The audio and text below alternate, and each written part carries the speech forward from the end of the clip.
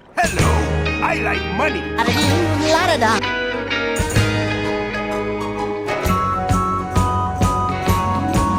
It's the best day. I'm ready. Promotions. I'm ready. Promotions. My eyes!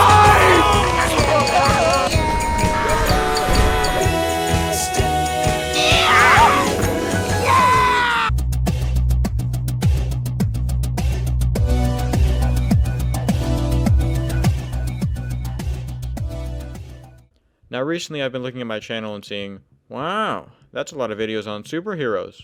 So today I thought I'd put away all the cape shit, sit down and talk about an animated movie from my childhood that I absolutely adore. You are who you choose to be.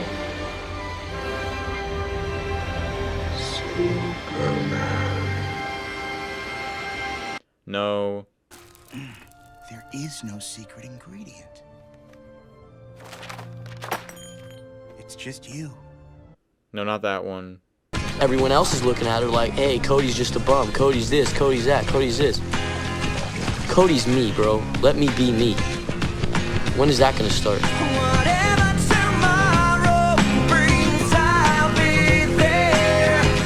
That's for later. Yes, today we're talking about the SpongeBob SquarePants movie, if you hadn't read the title yet. Produced by Nickelodeon Films and released in 2004 for a pretty successful box office run of around $140 million on a budget of around only $30 million. There are a lot of animated movies people bring up when they're talking about their favorites. The Lion King, Fantastic Mr. Fox, Shrek 2, all cinematic masterclasses with brilliant storytelling and animation. But one I'm sure you don't hear very often, unless you're watching Carson Runquist, is the SpongeBob movie. It'd be easy to talk about how fun and likable all the characters are, but I'm going to take it a step further. I'm going to try and explain to you why not only is this movie one of the most fun and comedic animated films to ever be released, but also one of the most emotionally significant and deep animated films to ever hit the silver screen. You're really going to have to stick with me on this one, so let's get started. But before we get into all of the inherent themes and complexities of this movie, I think we should talk about the actual filmmaking and creation of it from behind the scenes. The longtime series showrunner and creator of the show, Stephen Hillenburg, had been in talks to make a feature-length film for Nickelodeon Paramount for a couple years, not committing because he didn't think the story was right yet. While on break from season 4 post-production, he was quoted saying, "To do a 75-minute movie about SpongeBob wanting to make some jellyfish jelly would be a mistake. I think this has to be SpongeBob and a Great Adventure. That's where the comedy's coming from. Having these two naive characters, SpongeBob and Patrick, a doofus and an idiot, on this incredibly dangerous, heroic odyssey with all the odds against them." Originally, the feature film was going to act as the series finale, with people behind it wanting the show to end on a high note and not go downhill as time went on. That was Hillenburg's original plan, but after the release and the universal success and acclaim the film garnered, Nickelodeon renewed the series and ordered more episodes. Hillenburg stepped down from the showrunner position and allowed for his longtime storyboard artist, director, writer, and good friend of his, Paul Tibbitt, to step up and take his place. That Stephen Hillenburg wasn't too thrilled with the idea of doing the first SpongeBob movie. Do you know what his initial reaction was when the idea came up to turn them into 3D characters? Well, he was, I think he was, like the rest of us, just a little nervous about, something that's so familiar to a lot of people. It's something that could go either way. It could go really wrong or it could go well, and I think we got lucky. It went well for us. The movie opened to general praise, with critics praising the film's creativity and unique, colorful animation. Longtime film critic and movie reviewer Roger Ebert said in his review, "One of the strangest scenes in SpongeBob SquarePants comes when SpongeBob and Patrick get wasted at Goofy Goober's nightclub, where ice cream performs the same function as booze. This leads to the ice cream version of a pie fight, and terrible hangovers the next morning. No wonder, as anyone who's ever used a sponge on ice cream can testify." Michael Rechtschaffen of The Hollywood Reporter was quoted saying, "An animated adventure that's funnier than Shark Tale and more charming than the Polar Express." It's not really saying much. Jennifer Frey of The Washington Post wrote, "Getting to see the hairs on Hasselhoff's back and thighs and calves magnified exponentially is perhaps a bit creepy."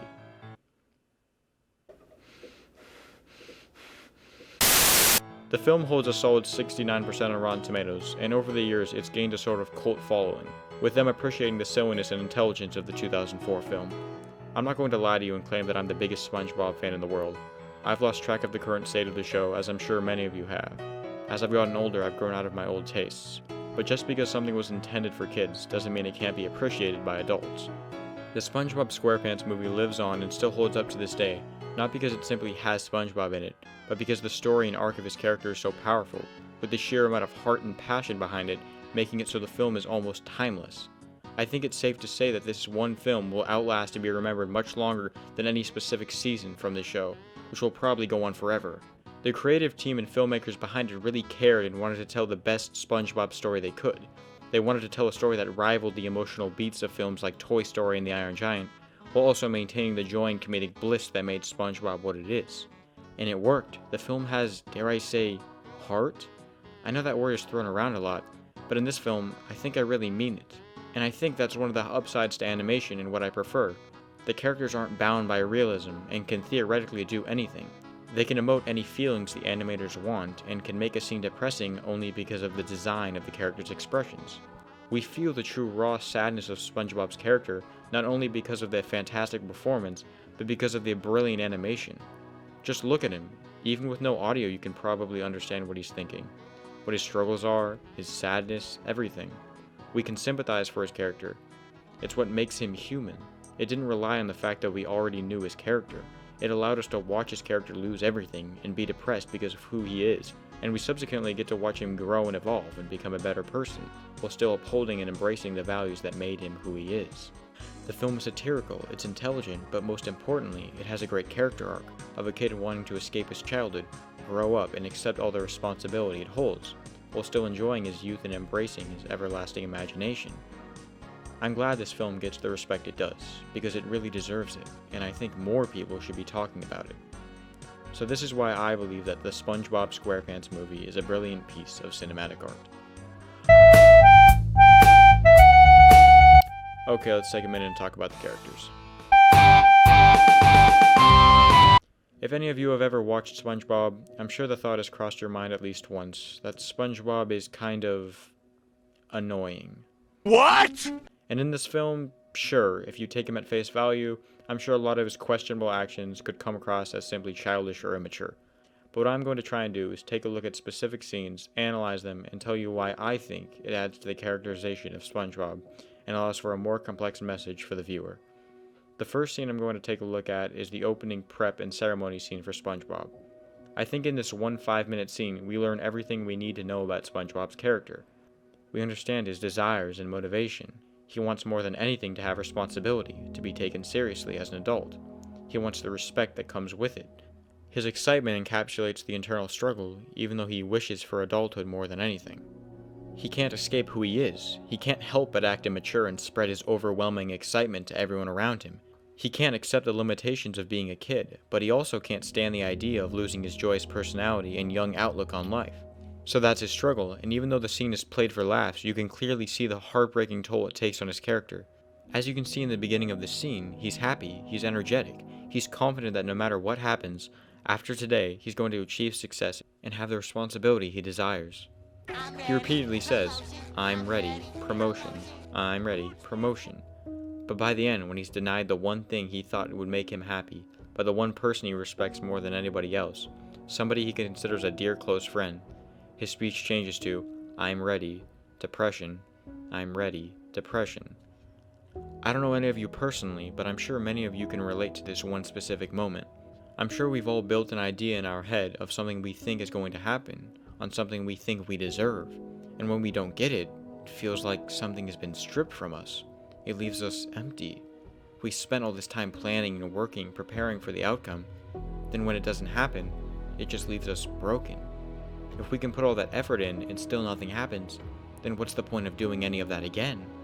It can take away your motivation, your purpose, it can make you depressed and reconsider your life choices. So after this scene, SpongeBob, without his normal optimism and exuberant presence, doesn't have any plans on how he can improve or eventually reach his goal. All he can think about now is his disappointment, and all he's ready for now is depression. It parallels the first scene, allowing us to contrast between the two, which leads him to what is probably my favorite scene in the movie. The drunken hangover scene, where SpongeBob and Patrick waste away their problems in ice cream, which leads to a hangover the next day where SpongeBob is at his most raw.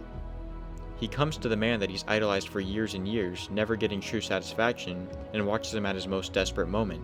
He looks at him in the eyes and says, Fuck you! turning on the one man who has been seen as a type of father figure role in his life. He turns on him but doesn't abandon him. This works so SpongeBob can grow as a character while still upholding his core values and beliefs. You see, the film deals with a lot of important themes, but I think the most prevalent, aside from a point I'll make later in the video, is identity. This movie is about SpongeBob finally forming his own identity, finally escaping the long list of characters and distractions influencing his decision and personality. He sets off with Patrick to try and prove everybody wrong and show them that he is a man and can triumph even against all odds. And he's constantly reminded of his childish limitations, whether it be by the roadside jokesters, the thief who robs their car, or even Plankton. All of them dismiss the potential of SpongeBob's capabilities simply because of his age. And we as the audience kind of do too. We expect SpongeBob to win in the end, but we really don't expect just how much this guy will lose. SpongeBob kind of gets shit on in this movie, and honestly is one of the reasons I sympathize for his character so much. It feels so real and human to always be put down, passed over, and stepped aside, never being able to succeed no matter how hard you work. SpongeBob's heart gets broken by the man he worships because of something he doesn't understand. He gets constantly ridiculed and made fun of for something he can't change. His car gets stolen because he's just trying to do the right thing. Even he gives up in the end, finally submitting and believing what everyone else has been saying about the limitations of being a kid. The next scene we see is SpongeBob and Patrick's futile attempt to try and retrieve the spatula key that was stolen from them. They try and play it rough, aging themselves up, but they can't resist singing along to the Goofy Goober theme song, because no matter how hard they try, they can't escape their own identity. They will always be kids. They will always want to have fun and goof around. And that's SpongeBob's arc here, and he hasn't realized it yet. After getting saved by another set of man-children, obviously meant to be parallels to SpongeBob and Patrick, they set off and find themselves doing more of the same, indulging in their childish urges and getting into trouble. This all stops when we get to what could be called the second act low point. I say that tentatively because there is another point that comes later in the film where it could be said that they're at their absolute lowest. They see what lies ahead for them and what waits for them when they get back, and they feel more alone and hopeless than they've ever felt before. SpongeBob gives up and gives in to what everyone has been saying, confirming they are just stupid kids and doing this is impossible for them. He no longer believes he can save anyone, not even himself. This is where SpongeBob has the least self-sense of his own identity, no longer believing in himself as an adult, while also being ashamed of himself as a kid. It takes a placebo from the princess to give him and Patrick the false courage needed to continue onwards. We get a brilliant musical cue that I'll talk about later before the two finally encounter what can easily be called the direct foil to SpongeBob in this movie. Dennis acts as a direct counterpart to SpongeBob. Everything SpongeBob does, he acts in the opposite way. He is the embodiment of adult masculinity, with his tough bravado and mustache-growing capability. In theory, SpongeBob probably looks up to this guy, and sees him as the ideal man he desires to be. So Dennis exposes SpongeBob and Patrick for not being real men, and as their mustaches are ripped away, so are their senses of confidence. Without the assurance of being men, they revisit their notion of not being worthy of this journey, and not capable of succeeding. Eventually, they get trapped in a gift shop, and we as the audience are given what is probably the most heartbreaking scene in the whole movie, even if it's played for laughs. Instead of trying to fake male masculinity and muscle out of the situation, he realizes he's succeeded, and in one last sequence, grabs his best friend Patrick by the hand, and embraces his childish nature, screaming out, and in the end, it works. His and Patrick's combined compassion and tears work together to free them, and lets them escape. SpongeBob's lesson is learned, and he says it perfectly in the next scene. And if I've learned anything during that time, it's that you are who you are. That's right. Okay, Neptune. And no amount of mermaid magic, or managerial promotion, or some other third thing can make me anything more than what I really am inside. A kid. He's finally realized his true identity. He's accepted who he is, and he's no longer going to try and change that for a mere job title. He uses his youth and colorful vibrance to his advantage, allowing him to work harder and be happy even if people don't respect him, because he'll still get the job done. He'll know what he's doing is right, and he knows that eventually people will come around. He embraces that he is a kid, that he's a goofball, that he's a goofy goober, and he's proud of it, letting him be happy with himself and his role in life. One awesome rock song later, and we have an ending and the perfect conclusion for SpongeBob's character. Next we have Patrick Squarebottom. Surprisingly, there's not much to say about his character. He kind of has the same emotional beats as SpongeBob and serves the same purpose of representing youth and childhood. He's with SpongeBob every step of the way on this journey, so he's not really given any distinguishable personality or character traits that differ from SpongeBob. It's just like, oh, he's dumb, look how dumb he is. He has a great scene with SpongeBob at the end, but he's not really given the level of characterization and care that the title character is. Now let's finally talk about the little money-grubbing crustacean himself, Mr. Don Krabs. Believe it or not, Mr. Krabs' character is actually a great representation and metaphor for corporate greed and capitalism. Mr. Crab represents an unfettered system of insatiable desire to enhance one's wealth in lieu of a greater emptiness. He has a crisis of identity because his identity is rooted around his business and success and wealth. He has no meaningful relationship with his daughter or employees, and constantly rejects gratification or affection towards SpongeBob. He only values SpongeBob as an exhaustible resource, earning him more money. SpongeBob is constantly extending himself outward looking for a father figure in life, and Mr. Krabs repeatedly gives him the cold shoulder, and is only interested in him as a tool to increase his own wealth and greed. As Dennis represents the masculine foil to SpongeBob, Mr. Krabs represents the foil to SpongeBob's philosophical values. As SpongeBob is intrinsically motivated by his own passion to do the right thing, despite compensation or external values, Mr. Krabs' sole motivation is the accumulation of more and more money, adding to his own hubris. Now that we've gotten most of the more serious and deep analysis done with, let's take a quick intermission and talk about... I'm ready! Promotion! I'm ready! Promotion! Ooh, I think I stepped in something. This is going to be a tough one to explain in depth, so I'll just try and do my best to explain why this works and this doesn't. Despite all the silliness and over-the-top antics, there is a grounded sense to this film. It always sticks within its own borders, and when it does branch out, it always makes fun of itself. There's a sense of meta-humor and commentary to it. It constantly makes fun of itself and is self-deprecative, highlighting the ridiculousness of the situation. It has something some of the film bros may call satire. Now what is this foreign word, you may say? Well, I'm guilty of it.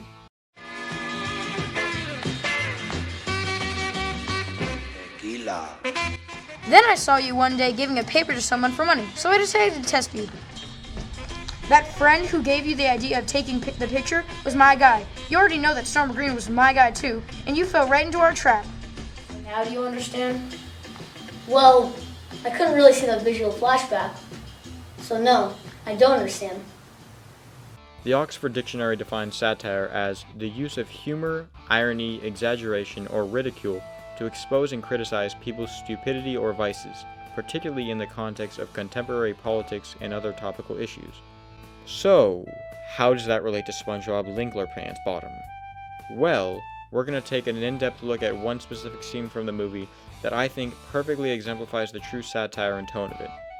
So I touched on this scene before, but now I'm going to talk about the comedy of it. You know, it'd be pretty easy to watch this scene and say, oh, it's funny, it's funny, he's drunk and he's a sponge and it's ice cream, funny joke, No! Just listen. What this scene has is something called wit. It starts out with SpongeBob going over to the bar next to Patrick to talk about his troubles in the normal, movie-ly cinematic fashion. And it's just the little things that complement this scene so well. Whether it be Patrick's utter stupidity, the clever banty writing, or just the level of self-awareness it has. A lot of the best jokes come from the bartender, who just constantly mocks SpongeBob and Patrick under his breath, letting us kind of see the movie through his eyes. The voice acting, colorful animation, and the innovative visual gags make this scene so memorable to the point where I can honestly say it's my favorite scene in the whole movie. They could have had SpongeBob and Patrick get drunk off the ice cream in some typical generic Hollywood comedy way where loud music plays over it. But instead, they went for a hilarious visual gag of SpongeBob and Patrick absolutely destroying the ice cream, with the waiter just getting completely covered in it. It signifies the level of drunkenness SpongeBob is at, while also allowing the audience to know that the time is passing in a fun and creative way. The quirky personalities and unique traits are what make each of the characters so iconic and feel different from the rest.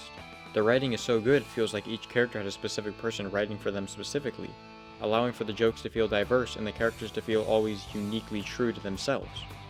So yeah, great characters, exceptional writing, self-aware humor, and fantastic animation make this movie pretty special. But how about now I talk about the music? Now it's easy to say, oh, this movie has good music, it's fun, it's good, but it's hard to create your own music and make a musical. And it's even harder to make your own songs, make them good, and also use copyrighted pop songs that not only fit into the tone of the movie, but actually improve the scenes they're in. But SpongeBob somehow did it, giving us iconic scene after iconic scene, where the thing you remember the most is the music. Now it'd be easy to point out the fantastic Goofy Goober song, but for now I think I'm just going to choose the meme itself. Now it's hard for me to explain why this song is so good and works so well, so I'll just try to explain what I think it means and how I think it added to the scene. The song adds a sense of dreamlike wonder and awe to it. Without it, it would just be another fun scene where SpongeBob and Patrick grow to become older. But instead we get a fantasy-like musical dance sequence where everyone from the monsters to their own knees are helping them survive. The music is telling a story, and what we're learning through the song is that SpongeBob has regained his confidence again, that he's proud again, that he's fearless, assured, he's no longer afraid of what lies ahead. He embraces it. He doesn't feel constrained by his age, he feels empowered by it.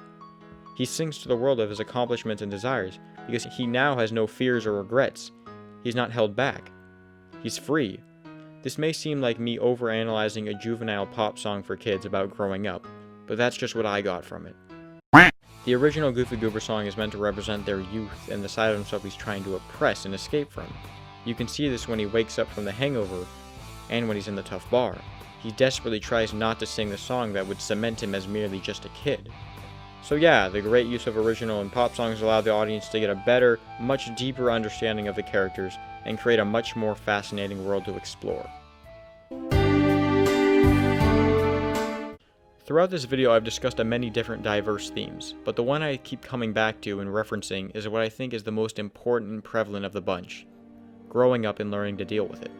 Something that is universal to basically everyone, a struggle I'm sure we've all dealt with or are going to deal with in the future. It's hard. When you're younger, all you want to do is be older and be taken seriously. But once you're older, all you can do is look back at when you were younger and think of it as a better, simpler times. We've all been there. And I think the message this movie tries to tell is to just enjoy the life you have. Don't try and rush ahead or try and go back. Just live your life the best way you can. Be happy with who you are, whether it be the manager, the fry cook, or even the bald guy. Just accept it and move on, because eventually you'll get what you're looking for. I've already touched on SpongeBob's character enough, but for now I'm just going to go a little bit deeper.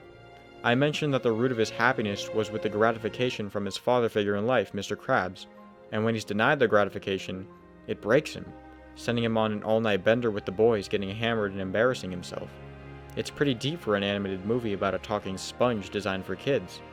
SpongeBob's entire journey in this film is not only a physical adventure, but one of his mind. By the end, he finally grows up as a person, and no longer seeks others' validation for his own happiness, and allows his own internal happiness and self-image to be enough for himself. This honestly could have been the last we ever saw of SpongeBob, because it's just the perfect send-off for his character. He's finally come full circle and become self-reliant, no longer needing others' approval. A true gem of an ending. One might say it was perfect. A real hard-hitting, above and beyond, endgame-like ending. Just so... So, now SpongeBob's character arc is complete, and he's now a more mature character. But we're still treated to his energetic childish side as he takes a job from Squidward in a self-aware comedic scene full of wit. But to cap it off, we get a freeze frame with... There's this great video out there where they take the original ending of a film and they add the Ocean Man onto it, and it just works every single time. And the freeze frame is just so silly and ridiculous, it just fits the tone of this film perfectly.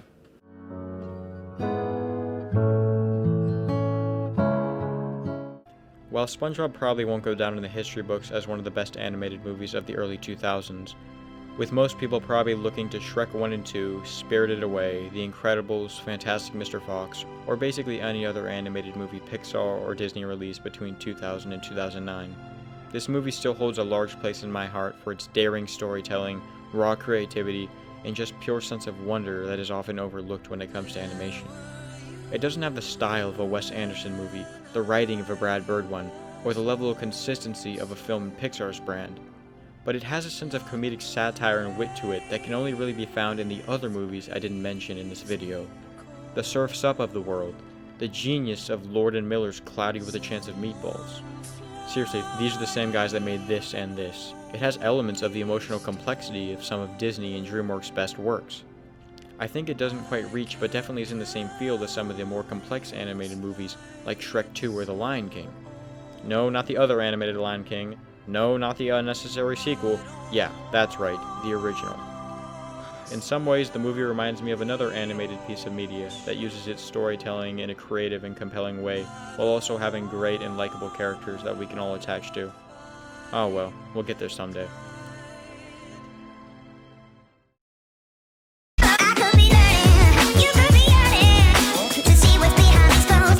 Hey everyone, quick closing point from Dylan. I just want to say thanks for watching to the end of the video. It really does mean the world to me.